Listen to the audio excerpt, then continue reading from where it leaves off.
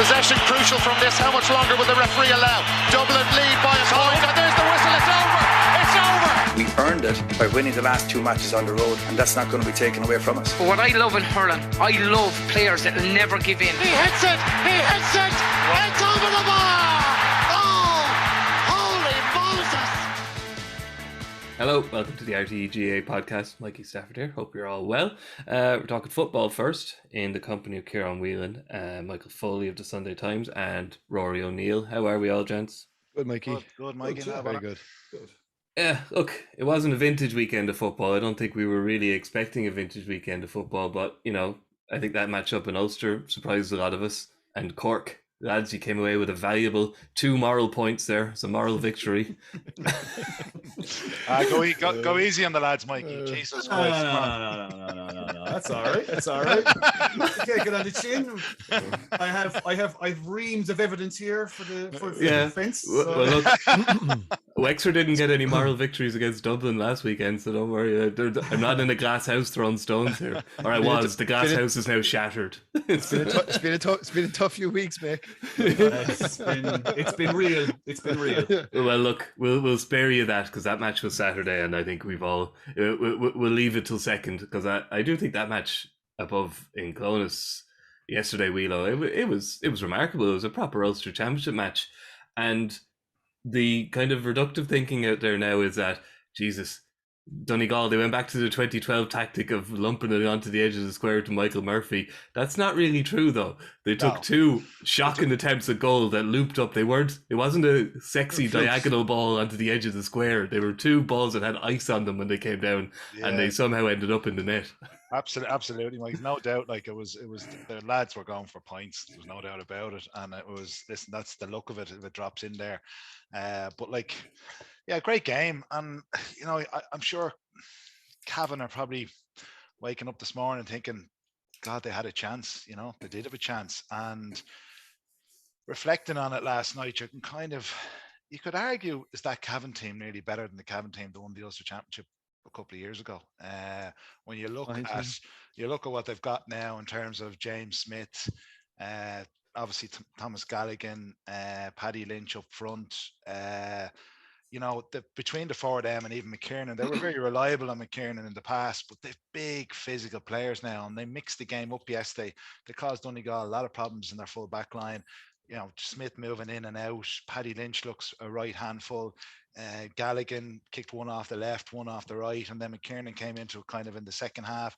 They have a lot of quality players. They might be a little bit suspect at the back in terms Donegal probably got their scores too easy, but they'll reflect now, and it's probably a little bit disappointing they are going into the Tailteann Cup, because if they weren't, you'd be kind of saying, Jesus, they be dangerous enough, you know. But from a Donegal perspective, you know, you look at them and you kind of say, yeah, attacking half back line, McHugh, Owen Baum's brilliant. Pater Morgan was excellent carrying the ball forward. They're still one of the top teams at creating chances, and they've great line runners. They can break the gain line. You know, if you were to be critical of them in 2 ways, sometimes you'd like them to mix it up a bit and maybe use Murphy more on the edge of the square, move the ball that bit quicker, because they've great talent throughout the team. And then I think secondly, their defense lacks a bit of energy at times, and just in terms of the intensity they bring, you know, and you just want them to, you feel that there's another gear in them after watching them yesterday. Like they've serious talent, like Jamie Brennan kicking 4 points yesterday. That's a big lift for them. But you feel that there's another gear in them that they can improve, they can get better. But I'd say they came out of yesterday thinking, yeah, we got 2 fortunate goals at the right time, which probably disguised the scoreline a bit, you know. Yeah, the Murphy, I kind of in jest, Mick, at the start about the kind of the going back to the 2012 game plan and playing the diagonal to the edge of the square. But it was noticeable in the first half when things weren't going their way, especially when you watched the highlights back last night. Like, you nearly saw more Michael Murphy inside his own 14-yard line and then inside the Cavan 14-yard line. And, you know, it's more pronounced than the Aidan O'Shea debate, you know, the tiresome Aidan O'Shea debate, because really there's only 2 positions for Murphy. It's either midfield or full forward, and you can get the impression sometimes that a game can pass him by at midfield. Clearly it's not, but you almost feel like those big Michael Murphy moments nearly always come closer to goal. Well, I suppose they're big because they do come close. Do you know what I mean? Like they're usually scoring opportunities, or he's driving through the middle, or he's setting something up, or like the other day, he's breaking a ball, or he's causing just his mere presence. His mere presence, like, I mean, that was probably part of it for the first goal, anyhow. Like, I don't know, I'm not sure. Well, it's hard to know what the keeper was seeing from where he was, the ball coming in. But if Murphy hadn't been there, would the keeper have stood back? Would he have stood off? I don't know. But like, yeah, look, that's a debate about Michael Murphy that's been gone on since the boy was probably 18 or 19. Where they've kind of at one stage they needed 2 of them, 3 of them. Now they could do with still do with 2 of them, 2 or 3 of them. Yeah, they probably would. Like, nothing changes. I mean, of all the teams, even when they were winning All Irelands and winning an All Ireland and competing at that level, like, there was very few teams in Ireland were so reliant on the presence of one person. I mean, he's an extraordinary player, and where you put him, it's probably, I'd say they've probably settled at this stage that they'll just see how a game pans out and go with it. There was one stage where it looked like full forward was going to be his thing, but now they've kind of changed it again. But look, I have to say, from a Cavan perspective, by the way, I fancied them to give him a right rattle, and as Ciaran said, it's slightly unfortunate that they're going into the second tier competition now, because they're probably a couple of strides ahead of everybody in that. But like, they came back. I mean, you think of last year, they were completely riddled by injuries last year.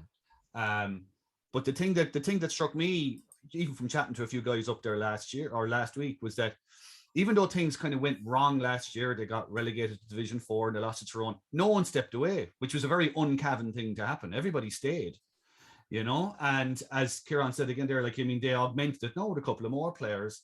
Like, Mickey Graham is doing a very, very good job. I had a feeling if there was going to be, I thought that they would go very, very close. I thought they were kind of nicely set up for it. The way they absolutely annihilated Antrim kind of said these guys are playing with a bit of an edge, they're playing with a bit of a chip on their shoulder. And hopefully they'll give the Tailteann Cup a good go and win the bloody thing if they can. And that just pushes them on. They'll have had another month or 2 together. They'll have a couple more matches and it'll bring them on. Like, for Donegal, like, Michael Murphy is one aspect. Michael Murphy is the perennial aspect. What do you do with him? Again, the other issue for Donegal, I would suggest, is they need to be winning Ulster now, given the teams that are left. Monaghan will be on a par with them. I would say Derry are slightly behind them. They'd want to be winning it, because this is always the question with Donegal, is taking that step up, winning that game that brings you up another notch, which they've kind of not managed to do over the last couple of years. So I suppose that's the challenge for them now, is to clean off Ulster and go and do a job in an All-Ireland quarter-final. Yeah. Rory, what did you make of it? Because, on the one hand, we're kind of criticising Donegal for, making it difficult, but also praising Cavan for being, better than a Division 4 team. Maybe we're getting too used to sticking it into Donegal, but, like, this idea, again, and just to come back to it, that, let's put Michael Murphy on the edge of the square and let's utilise him that way. I wonder, do they have the players out the field to do that now, because they've become such a running team? As we said last week, well, what's plan A, Gooch? Run the ball. What's plan B? Run the ball harder. Like, do they have a Carl Lacey type? Like, do they have someone who can ping a 50-yard diagonal ball on top of Michael Murphy's head?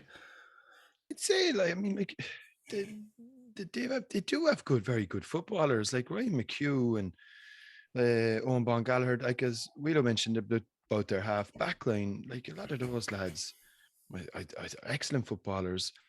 Can they mix it up? I mean, it's been the traditions in Donegal football for however long, it's like going back way even before Jim McGuinness's time. So I don't know if you're ever going to get them to change too much about what they do. I think what they will take from yesterday is they were kind of on a bit of a hiding to nothing, really. Like, they were heavily fancied by most people to win the game, irrespective of how they won it. And now I think they will actually take quite a bit from it, in that they've gotten over the line. It was a bit squeaky in that it was 14-all with 60 minutes on the clock. So people are kind of saying, again, Donegal are back into that same situation where people feel, do we really trust them that they can consistently produce?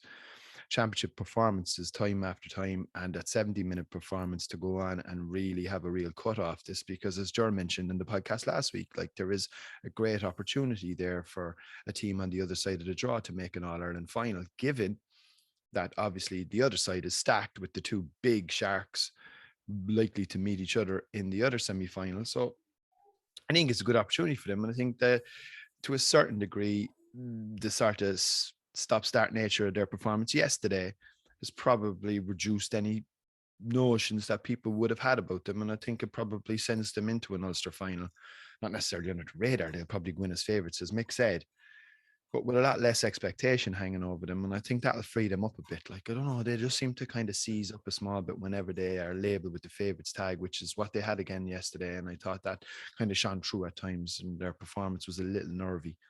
But I think they'll take plenty from it. I think, Mikey, I think they can mix it up.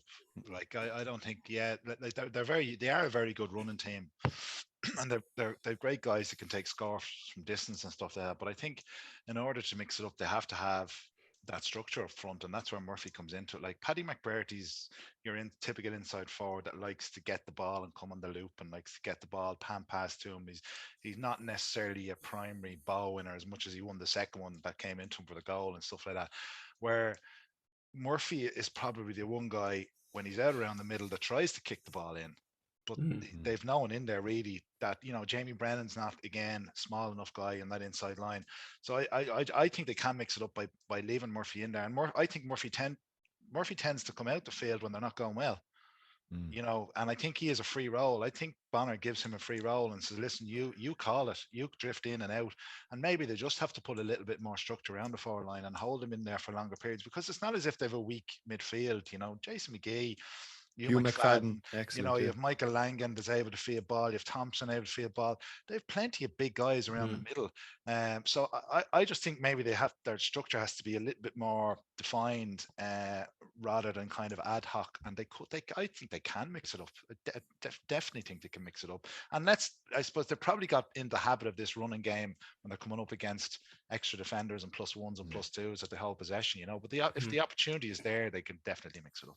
Yeah, like everybody plays a running game now. They have to. Yeah. I mean, you have to hold the ball. I mean, literally, it's one of the kind of more, at the risk of sounding like, an old timer type, but like, the big roar before the throw in, and then it descends into a kind of 60 seconds of murmuring when the team, whoever wins the ball, usually ends up passing it back and forth sideways, waiting for the gap. That's just the nature of the running game.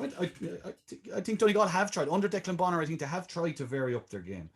I think from when he took over, it needed such a kind of a change around. There was a lot needed to be changed in terms of the way they went at it and the type of player that was coming through. So I think they have tried to vary it up. But again, I suppose it's like a lot of things. Like when you're under pressure, you go back to type, don't you? Sometimes, if you don't have that thing drilled into you, you will go back to type a little bit, and maybe that happens to Donegal a small bit as well. When they're in those big games, maybe they kind of fall back on the things that they've been doing since they were kids and the things that were kind of drilled into them through development squads and so on and so forth, rather than just varying it up a little bit more like you're talking about. But I think I have tried. Yeah.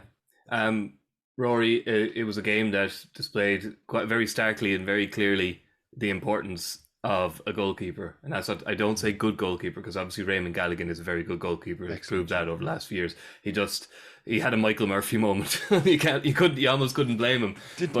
Was that a free out though? Did Murphy push the boys as they were going up for the first one? I got a sense that you wouldn't blame Conor Lane, who I thought had I think they just got sucked into his gravitational pull, Rory. But he was in behind him, and I thought he kind of gave him. It was real Seamus Darby-esque, a little nudge. I'm in the blind side here. No one's going to spot me. I'll just push them. And all three of them seemed to go forward, which kind of cleared the decks for the goal to go in. Maybe I'm wrong. I need to see it again. But at the other end, Sean Patton's save, and also it's just his excellent, his restarts or something else. Like he has a foot like a howitzer, but that save was quite remarkable. Yeah, and your goalkeeper is still, if you if you want to win, if you want to go deep, and if you want to, a number one is absolutely crucial. We saw Saturday night in Parky Ring. You know, like, I mean, Cork were bringing a fella on who I don't think he ever played in goal, did he? No, he was corner forward for his, like he was about the fourth or fifth choice keeper. You know, they had, and if you even if you look at the situation around Dublin, I mean, they chopped and changed a bit since Stephen Cluxton is gone. Obviously, Evan Comerford was considered next in line. He's still injured, I think, and they land a fella in for his very first appearance. So, like, it'll give you an indication of, you know, it's hard to find a really good one. And if you do have a good one like Patton and Galligan, the value that they bring, I wouldn't fault either of them. You know, I thought Patton is excellent. And I mean, he's another one with a siege gun boot, can bomb it long.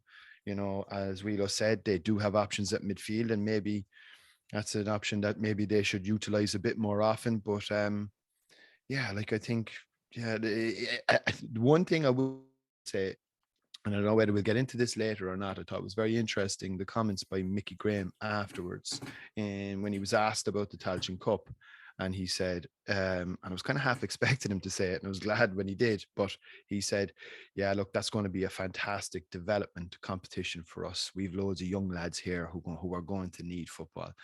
And thinking about this before, we like, that's kind of how we were seeing that this competition is going to play out. It's basically going to become a glorified under 21 competition for the first couple of rounds, where you throw in young lads and you get a feel for it. And then if you make a semi-final or a final, you might go, Jez, we might have a crack off winning it then. Become the FA Cup. I would say the Carling Cup. The Carling Cup. More like the Carling Cup. Well, let's mention, because we were going to discuss it, because it gets closer and closer, and it seems to get a little bit vaguer and vaguer, because even Andy Moran, after the match yesterday, he was saying he was a bit disappointed it wasn't a round robin. It was never going to be a round robin because New York are in it, let's be honest. But he also didn't know that it was going to be divided into north and south. Obviously, this is to save mileage, I guess. But you know, it seems a little bit vague. It's not clear yet when the draw is. Like, certain counties' managers are saying we're going to commit. Others are saying, shrugging their shoulders and saying, I don't know who I'm going to have. And Mickey Graham is being brutally honest there in a kind of a sideways kind of a way. So the Tailteann Cup, we still don't know what it's going to be. Yeah, we don't. And if you were to look coldly at it now, Mikey, you're probably saying it's the Tommy Murphy Cup in disguise again. You know, the direction possibly that we're heading, which is disappointing, because I think obviously with the very compact season, you know, everybody spoke about this second competition, how it was important for the weaker counties to develop and get games. And Andy Moran touched on that he felt, you know, a group system where they get 3 quality games rather than just going in and one game and you're gone. The biggest challenge for the weaker counties, probably in the last, you know, all the time, is the turnover of players. And players maybe going to America, and they don't really get to actually develop players, work on their strength and conditioning, bring guys in, develop that consistency. They have a significant turnover of players every year. So if they're going to take the step up to the next level, they have to have a proper competition. And everybody said at the start, everyone's saying it has to be promoted, it has to be marketed, it has to be given the same attention. The TV schedules don't probably allow that because it's such a compact season. You have the US challenge, you know, in terms of maybe young players traveling away, and already some managers are saying they don't know where they're going to be at. So the outlook for the next few weeks doesn't look good, which is disappointing, if I'm being honest with you. And because we all pushed for this, we all saw in provincial games there was absolutely no benefit to weaker counties getting a 20-21 point hammering and going into the qualifiers and being beaten again. They needed something purposeful to go after. We see what it means for counties even to win Division 3 titles or 4 titles in the league, and how important they treat that. So I think it's a worrying few weeks ahead, Mikey, in terms of the overall profile of that new competition. But I didn't know it was being split north and south. I have to say, I wasn't aware. But even take the final, Mikey, right? And like, I'll ask Mick, because obviously it'd be, you know, look, everyone keeps talking about TV, and like, as if coverage, or for some reason, is the raison d'etre for playing tournaments and football competitions. But anyway, so the final is going to be played on the 9th of July. Now, all things being equal, Dublin play their All-Ireland semi-finals on Saturday nights. That has been more or less a standard fixture setting for the last 4 or 5 years, right? Dublin have played Saturday nights, and the Culchies come up on the Sunday. So the reality is it's going to be Dublin and Kerry probably on Saturday night. That'll be the Tailteann final will be the precursor to that game, right? Which is a good setting for it because it'll probably be a full house in Croke Park. But you're talking about program editors or newspaper editors, and you're going to be doing preview pieces or review pieces in that week. And it's Dublin versus Kerry. And then in the Tailteann Cup final, it's Cavan versus Westmeath. Now, what's the coverage? What's the coverage split going to be there, mate? Like for a Sunday newspaper, which I'd speak to kind of primarily, like it's a Saturday game, so it gets a report, and that'll be your lot. The previous Sunday, it's too far away. And funny enough, back to years, there was a hell of a lot more room for, the review after we said the Sunday matches, and then you'd go the following weekend and you might have a look back at the significant game. And if there was a big game coming the following Saturday, you might look ahead to that game on the previous Sunday. But that space that's long gone. Like that day is gone because of the nature of podcasts and immediate media. People have already had it. And even in all these podcasts and the build up to that week, and all these fellas that are giving out about X, Y, and Z, they're only going to be talking about Dublin and Kerry. Like, with all due respect, they I think will. And then it'll be a little throwaway for the last couple of minutes at the end. Well, how do we think the Tailteann's going to go, lads? Sure, we got to be gosh. But like the thing is, like this is year one of this competition. It has no heritage. Yeah. It has no previous. The only previous we have is the likes of a Tommy Murphy Cup. But equally, like I remember, it's actually only come up in conversation bizarrely last week, I should say. But Leitrim won an All-Ireland B title of 91. And I remember very, very well as a kid seeing that up on 6-1 News or whatever. And it was a big, big deal at the time. Leitrim winning an All-Ireland Won B. Connacht 3 years later.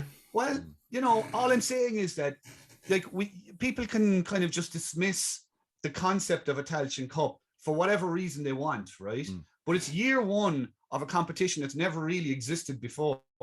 And it's here now.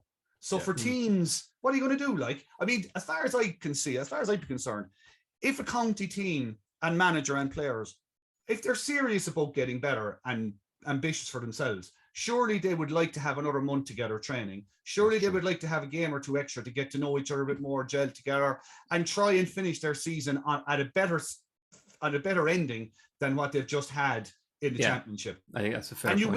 You will have teams, for example, like Cavan, who will have the resources to go, well, let's try some younger guys now. But you'll also have other teams who will look at this going, let's give this a go. Like, you have a Westmeath or an Antrim or any of those teams who might like to have a crack, and it could really mean something to them if they won it, I think, Mick, the dynamic there is really where the current relationship with the manager and the players sits. I genuinely think 2/3 of the teams will give it a go and they will treat it, but I do think there will be possibly 4 or 5 teams that might lose players to the US, might be significantly weakened and might just roll over. You know what I mean? And it will pick up probably. Hopefully, you get to final stages. But it's going to be interesting to see how teams treat it. You just hope they treat it. Like, lads, like I don't know. It was more complicated than just this. But like back in the 1890s, right, when the GAA Championship was getting up and running, Connacht and Ulster didn't take part for a few years. So like. Again, that was a competition that was just finding its way at that stage. This is a competition that's just fine. And Ciaran, you're absolutely right. Of course, lads would walk off and some managers would go, fuck this, I'm done anyway, I'm out of here. And that will be the case maybe for year one, could be the case for year 2, could be the case year 3. But if the thing, like, basically it won't work, you can do all the marketing in the world you want. You can put it on TV, you can bore people stupid about it, but it won't work unless players and counties and the GAA itself just go with it. And to be honest, I think this is a stepping stone towards something else, right? I don't think there's any going back from here, right? So this is where we are now, and this is what's happening, and this is the competition, lads. So either go with it or you're not worked. There's no point in wasting time on these counties anymore if they're not going to actually accept a second-tier competition. This is what most counties have been looking for. Yeah, is a viable, and the only way it's going to be made viable is if they make it viable by committing and having a goal. And you're right that you're not going to get buy-in from 17 counties here, but as long as you get a buy-in from enough and that it's a meaningful competition at the later stages, then next year another few counties say, well, Jesus, wasn't it great to see Wexford win the Tailteann Cup? We'd like to win that next year. Has anyone seen the trophy, or do we know what that looks like? No, I hope it looks like the URC trophy, which looks like a Bluetooth speaker or a flycatcher. Shouldn't that be, But like this comes back to the whole issue of, I mean, and I don't like to go on too much about the marketing of it, of marketing competitions and stuff, but like we live in an age where like GA media is so, it's a depressing enough area to work in now in terms of access and so on and so forth. This is one thing, the Tailteann Cup is one thing that the GA could have been sort of just like a soft launch almost, just let people know, like we say, we weren't aware of this north-south split. A lot of people aren't aware of the ins and outs of how it works. They haven't seen the trophy. And as you said, the draw, we were not aware of the draw. It's just small things. It doesn't need to be a big trumpety affair. It's just kind of little bits and pieces, keeping people informed that this thing is happening, and not sort of, and it's okay as well for people to talk about, oh God, I hope we avoid we want to win our championship game, we don't want to fall into the Tailteann Cup. That's fine. But if you do go into it, now you're here, let's do it. Let's finish up with a word then on matters from Parky Ring on Saturday night, and I'll start with you, Whelo. They don't. The lads done their best to waste the time there. So filibustering. We're filibustering like hell. Do you want to go back to the Tailteann Cup, lads? No. Yeah. I've loads more to say about it. Loads more. Let's keep talking about the Tailteann. As 12 point defeats go, lads. It wasn't the worst one you've suffered, And I'm not trying to take the piss here. Like for 50 minutes, like the 15 or 16, if you count the goalkeeper, players that were sent out to begin with by Cork performed admirably against the 15 that started it for Kerry, Whelo. Like there is something in that, and there's no shortage of footballers in Cork, so let's build a squad. There's definitely an interesting question about who should be on the sideline next year, because clearly has something about him. So look, it's a 12-point beating, and I don't expect the two lads to be happy about it, but at the same time, I think for a lot of us, for 50 minutes, we were pleasantly surprised. I know, listen, Cork can definitely take something from Saturday. There's no doubt about it. Like, look how they were coming into the game, the key guys coming in with injuries, they'd struggled in the league, trying to bring new guys through, confidence low, Kerry coming down to their own backyard. And I think, they had to, they had so many problems coming into the game. How are they going to hold the Kerry forward line? How are they going to win midfield? And did they have the forwards up front? And I suppose they went one way about it. Defensively, they certainly probably showed that what Kerry don't like is when their space is closed down and make it difficult for them. And Sean Powter, filled that role excellently for 58 minutes and really made it difficult. And unfortunately, it's very hard. You can work on something over a short period of time. John Cleary can, but it's very hard to solve all the problems, Mikey. They still had problems in the middle of the park. Maguire was carrying a hand injury. And then up front, I just thought they just lacked a bit of imagination and probably carried the ball into the tackle. They didn't have any strike runners. They got turned over a good bit. Sherlock done well, Cathal O'Mahony done well, but they were just limited. And I think when you stand back, and you look at the Kerry bench, and they're bringing on David Moore and Paul Geaney and Paul Murphy and Micheál Burns, when a Cork team is fatiguing and getting tired, they just blew them out of the water in the last 15 minutes. But there's definitely something they can take from the game, because I think standing back, if you had to say it, and I'd be interested in what the lads have to say, but sometimes when you reflect and you look at performance, all you want is a bit of effort and a bit of endeavour and guys that actually play for the jersey. And I think you could fairly say that Cork delivered in that regard. They're up against the favourites for the All-Ireland Championship, and there's just a huge gulf between the two teams at the moment. Mick, that's a fair point, isn't it? Oh yeah, look, Kerry are 12 points a better team than Cork. If you had any conversations before the game, you couldn't even put a number on it. In terms of numbers, actually, it is worth considering. Like, I did a tot up last week of the amount of players that have been injured for Cork in the last 6 to 8 months, plus Ciaran Whelan, who did his cruise ship last April. So they've had 20 different injuries, and I'm not talking about players who are kind of half in, half out. A lot of these guys are starters, right? So they had 20 injuries. They got 9 of them back for last weekend's squad. There's 9 more players that, if I named them off, you'd recognize all the names that aren't involved. Either they were dropped, retired, or have withdrawn.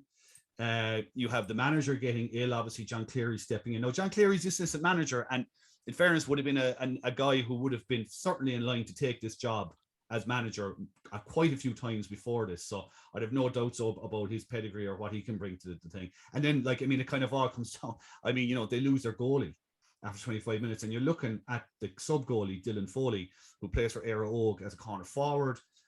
I'm not sure he's ever played for Cork before, certainly not in goals. I think he came through UCC, is where they would have seen him this year, and they were so badly caught for goalkeepers, they brought him in, and all of a sudden he's in for 3/4 of a match against Kerry. So, like, when you put all those things together, to be honest with you, Mikey, the fact that they produce a cohesive, coherent performance for that long against the quality of opposition that they did, I thought it was very good. Now, the big question, as always, for Cork is what happens next. Exactly. Like, they'll go into the qualifiers. They will go in as one of the lower ranked teams in the qualifiers, obviously. But it's no guarantee, even if they got one of the other lower ranked qualifier teams, it's no guarantee that they'll win it either. They might be better off getting Mayo or someone, you know. But look, there's the one thing that it proved yet again, is that there's plenty of footballers in Cork, plenty of footballers. I also thought that physically, like, they did look, I mean, there was guys like Ian Maguire and Powter should not have been playing.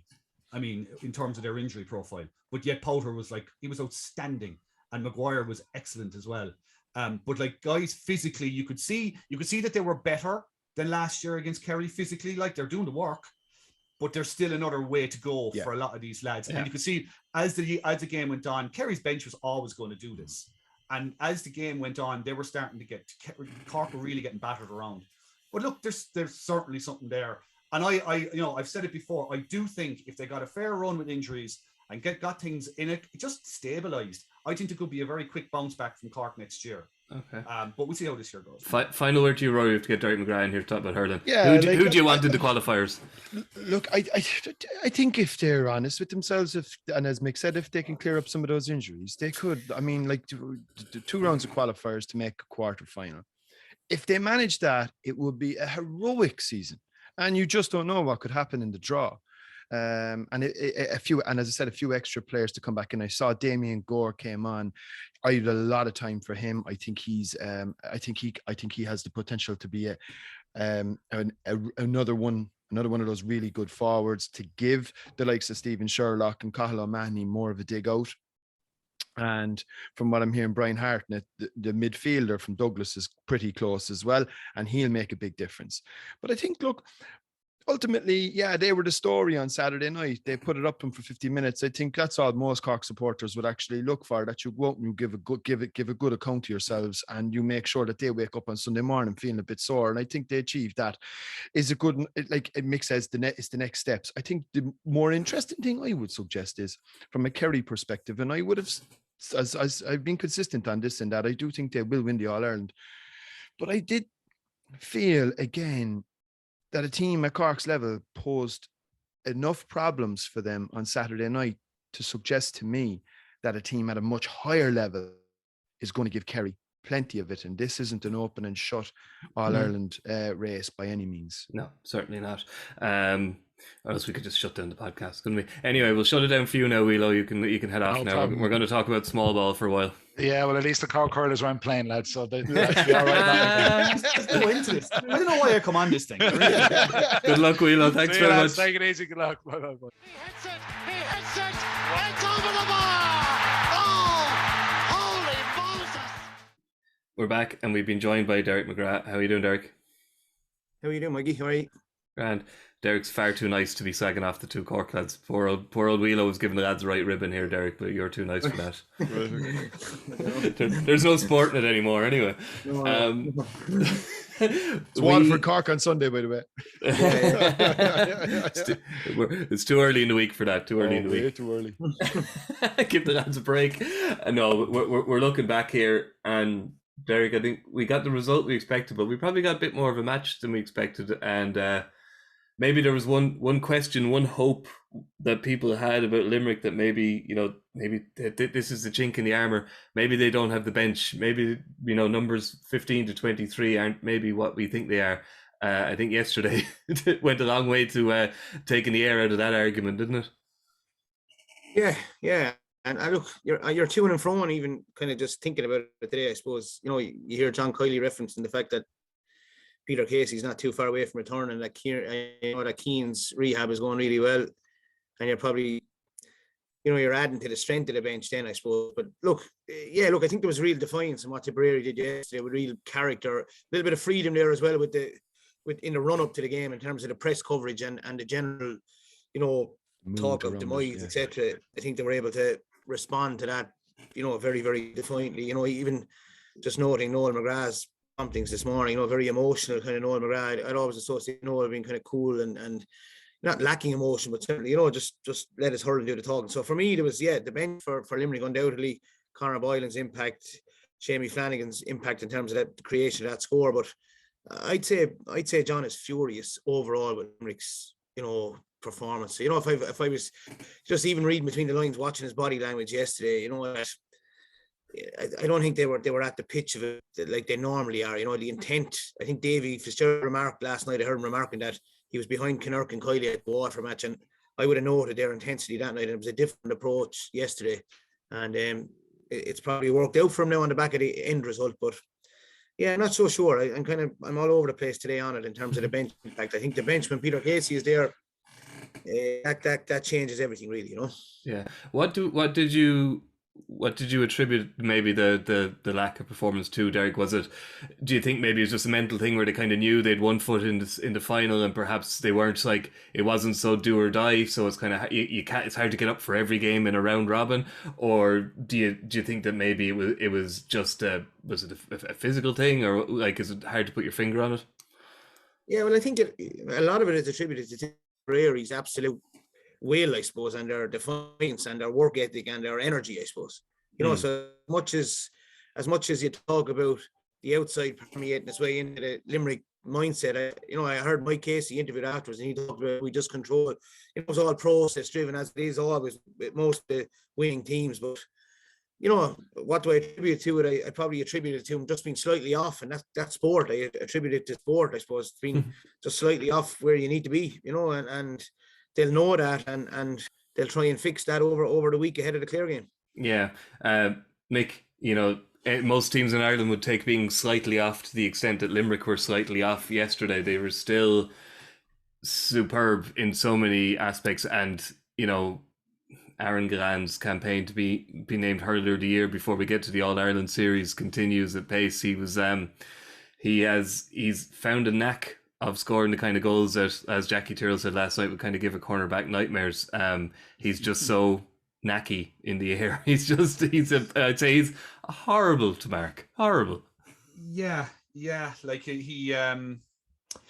look, I mean, on a day like that, when the overall team, as Derek says, is probably a couple of percentage points overall off where they want to be physically, mentally, in terms of just handling the challenge that was put up against them, you look around and you say, well, where are the couple of lads who are going to just pull them over the line in a crisis, And that's where Gillan came into it. I thought Declan Hannon got a crucial point as well at one stage. When Limerick had the opportunity to get their tails up, Hannon hit a score that really, I thought, even maybe more so than the goals, in a way, kind of really put Tip back a bit, like, and, Tom Morrissey nearly scores again.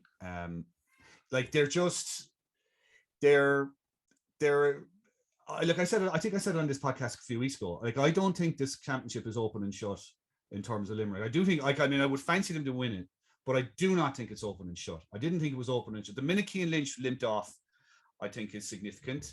You can't take that many hits on a squad and expect to be hitting your marks the same. So I would imagine that Kiley was frustrated, because, I mean, for a number of different reasons. I mean, that was one game he would have loved to have seen Limerick really go and put some marks on Tip for all eternity. And also just the performance element. But look, the bench, they did enough. They did enough at a time when they're suffering injuries. They stretched their bench. The bench reacted. For Tipperary, it was a day for everything that wasn't said about them. This season is an opportunity for young lads. It's easy to just say, yeah, it's a good opportunity for young lads to make their mark. Well, you have to make your mark. So what day are you going to make your mark? And a few of them did, but Noel McGrath again was superb. So, I mean, all those conditions kind of added up to, if Limerick had fallen off, if Limerick fell off at all, Tip were going to cause them a bit of a problem, and they did.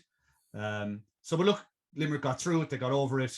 And what they do next now is kind of up to themselves, I think.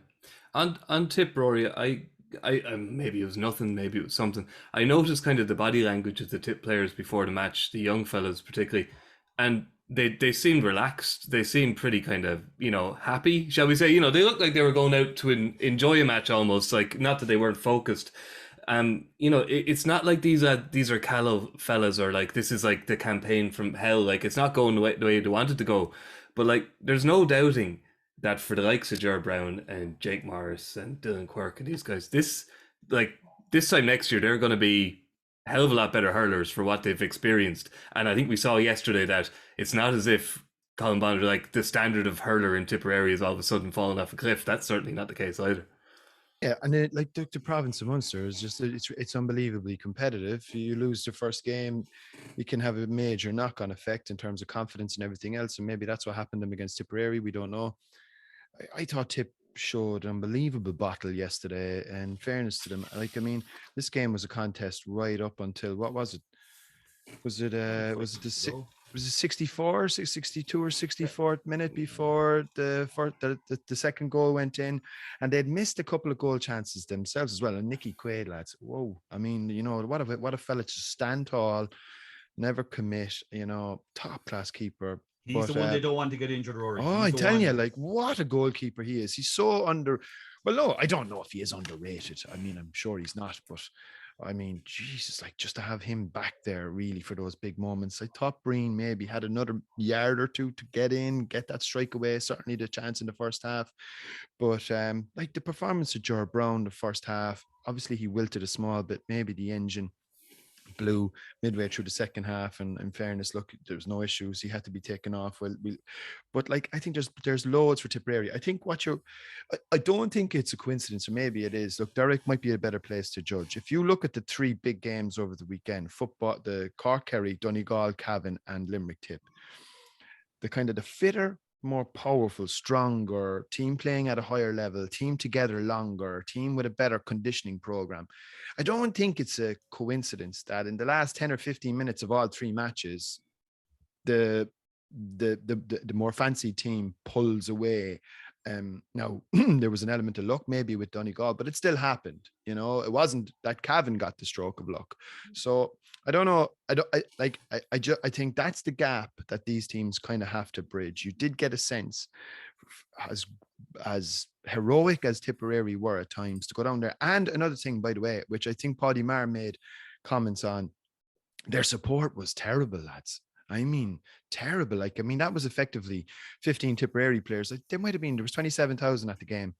Was there 4,000, 5,000 from Tipperary? So like, they were also battling against, a rabid and feral home crowd. Like, they did everything stacked against them. And I thought they played out of their skins. They left it out there. I think whatever happens from here, I think they can take a bit more from the championship than maybe people were giving them credit for going into the game. Yeah. Do we ascribe too much too much credit to the bench, when maybe, as Rory says, what we're actually talking about is just not just fitness, but like kind of almost the clarity of purpose, I suppose, for a team that, we're level, there's 10 minutes left, we're not going to panic, we're going to keep doing what we do. And maybe there is also that little bit, kind of the strength and conditioning element comes into it too. Yeah. That a game, like, as Dale always said, hurling's a mad game where crazy things happen, and after 70 minutes somebody wins it. Like a game of hurling, you can stay on the coattails of a team that are better of you than you to the last 10 minutes, but those last 10 minutes really are kind of the making and breaking of it. Yeah, and you also take the management team into account. Like, I think Jonathan is 6th year, am I right in saying that? Is it 6 years, 17, Jonathan? Yeah, 17, 18, 19, 20, 21, 22. Yeah. Yeah, so, and you're finding a way over those 5 or 6 years to cope with those particular things, the mechanisms to cope. And the other thing, I suppose, psychologically, outside of the strength and conditioning difference, you think there was a brilliant moment in the game yesterday where Conor Stakelham actually barreled Sean Finn out over the line. Yeah. He was actually slightly late, I thought, and slightly late with the fact that Sean Finn played it ahead of himself, and Stakelham came in, and it was kind of a moment where he was kind of saying, not that we don't respect you, but, it was a moment where he's kind of saying, I'm here now and I'm having an impact on this. But invariably what happens then, and I'd know this from the point of view of, it remind me of, not remind me, but when we played Kilkenny in 16, we were trying to find a way to compete with Kilkenny, having won the league in 15, and we were kind of building a nice little bit of a rivalry. And then when you nearly have it done, you almost think it's enough after 61 or 63 minutes. You're kind of nearly, indirectly kind of patting yourself on the back. I'm not saying that was happening with Tip now, but it was kind of, you almost think you have it, whereas the champion team kind of just stays at it, keeps persevering the same way. And psychologically, you almost feel watching it yesterday. I don't know, obviously these conversations don't permeate their way to the field, like, but my wife just says to me, I know they'll pull away now, and it sounds crazy. Like Sarah, she just turned to me and said, I know they'll pull away now, and I suppose we're fast forward in our own mindset down here in Waterford, saying, well, you kind of say to yourself, right, you have to make your play almost between the 60th and 70th minute. When that's the time you have to kind of be going away from them, because it seems that if you're in the mix there, that things will change, that you have to be far enough ahead of them, like Cork almost were in 06 or 07. I can't remember when they were that All-Ireland where it was, Brian Corcoran's All-Ireland, as I call it, and Joe Dean's All-Ireland, Niall McCarthy's All-Ireland, where you're 04, was it? You're kind of, so I think that's where it's at. So to answer your question, there's a psychological difference as well in being that underdog all week that are producing this really proud performance. I'm not saying you settled for that, because Colin Bonner said afterwards, look, we came here to win and we're disappointed. But how disappointed are they in that they did get a proud performance with little or no Tipperary following down there? And the response will be now that Noel McGrath came out and was emotive, Pádraig Maher came out and backed that up, and the Tipperary people will row in behind him on the back of really good minor and under 20 performances too. Yeah, Mick, John Kiley won't be happy. Like, there's a lot to not be happy about. Certainly, the result was good, and as always, the old cliche is they'll learn plenty from it. If it had been a straightforward win, they've learned nothing. But like, just looking at the stats from it, like 13 of Tipperary's points came from turnovers, which against this Limerick team, that seems like an awful lot. That sounds like a good day at the office for Tip, but like for Limerick and the way they play and how they have carved out their success, that's an awful lot of ball to be given up. Yeah, but isn't it nice to have that experience and still be winning? All things are equal, the ship is still sailing. If they had lost, it would be a fascinating conversation this week about them if Tip had pulled it off. Hey Mick, this conversation is still fascinating. What are you on about? Well, it is. It's even, enthralling. Well, it would have blown the Munster Championship wide open, and I was sitting there watching. I was going, Jesus, wouldn't this be fantastic if Tip could manage to do this? But they didn't. Did that feel weird, Rory? Well, do you know what? I was kind of rooting for Tip at one stage. I was saying, Jesus, McGrath, they must have turned at least twice in his grave there, and I'm going to have to go home and have a good shower tonight. But it was. Yeah, for Limerick, I just think that they're at the stage now. They're at a cruising altitude where they will will games their way. They're at a peak, where they are that little bit further ahead mentally and physically of all the teams. And as Derek said, I think that is really, really relevant, and actually is quite relevant to the football games as well. That sense of a team coming and bringing a performance that no one expected, and that even their own people didn't expect. And that, I always think of what are lads hearing at home, what are they hearing when they go to the shop in Thurles or in wherever, Nina, whatever it is. Like, fellas are saying, sure, look, if you put up a performance, it wouldn't be great, and look at, hopefully it'll go well.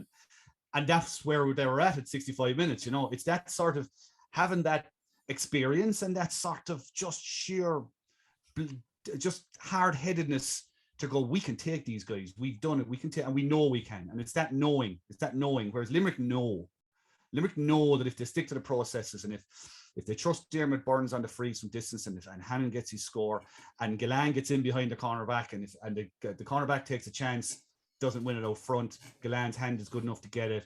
They have a guy like Boylan come off the bench, and I thought that was a great finish for the goal he got as well.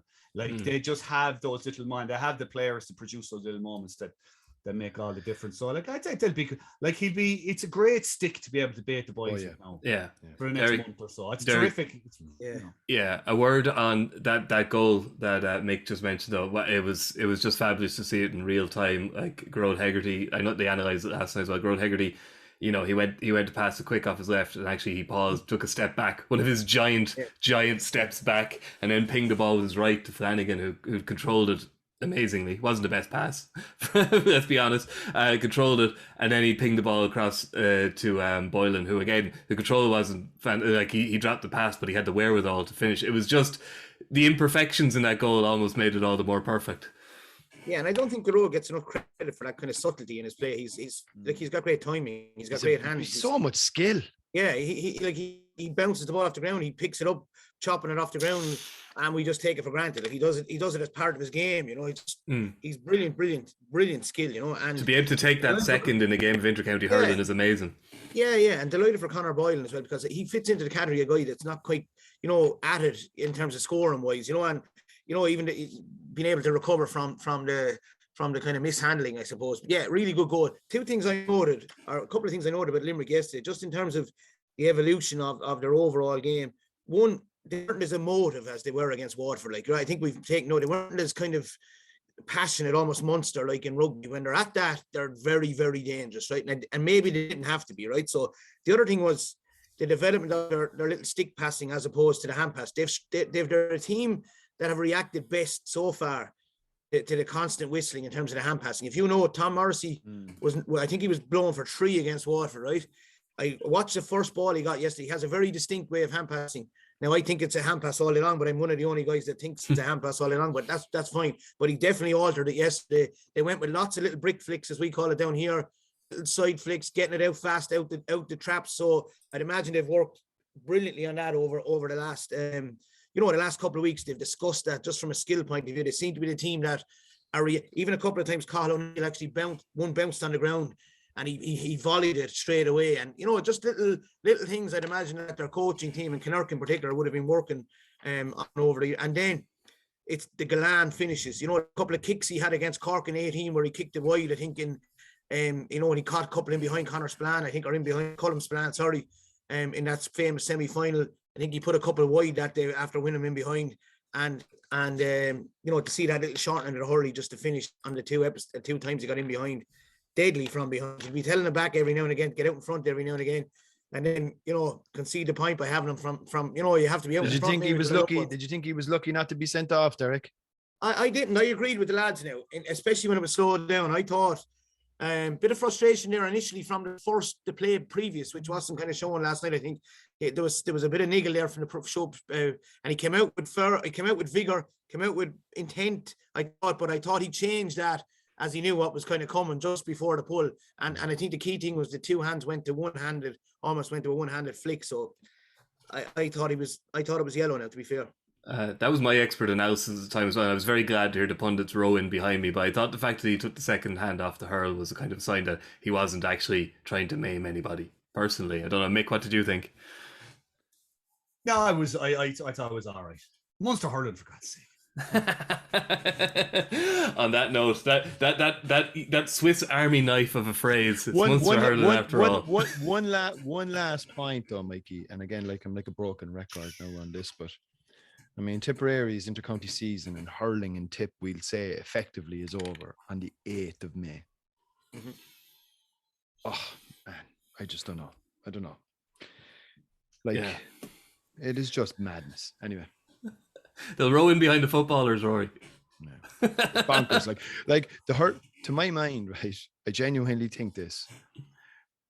The hurling fraternity shouldn't actually accept this.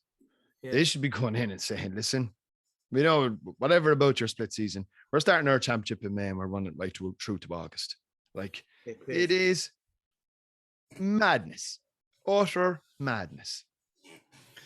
Okay, I think your views are well known, and I think we'll have to see how the rest of it pairs out. We might forget the kind of chilly round robin stages of the championship if we get an All Ireland series to dream of. But Derek, you're kind of shaking your head too.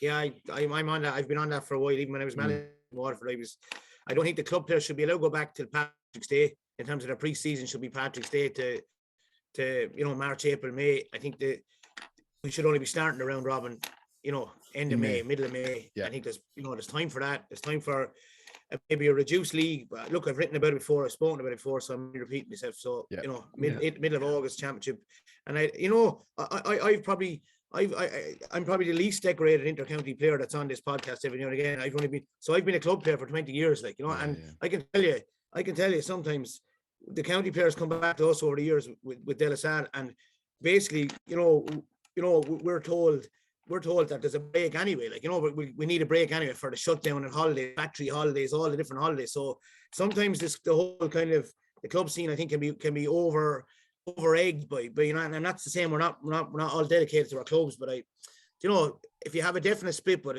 having Tipperary out, having possibly Cork out, after next Sunday on the 15th of May. No hurling till next February. Like, I think it's nearly, is it the best part of 9 months or whatever? Yeah. I mean, like, see, the thing for me is there's a game's promotional aspect to all of this, you know, like hurling is, I don't know how was this allowed? I just don't get it.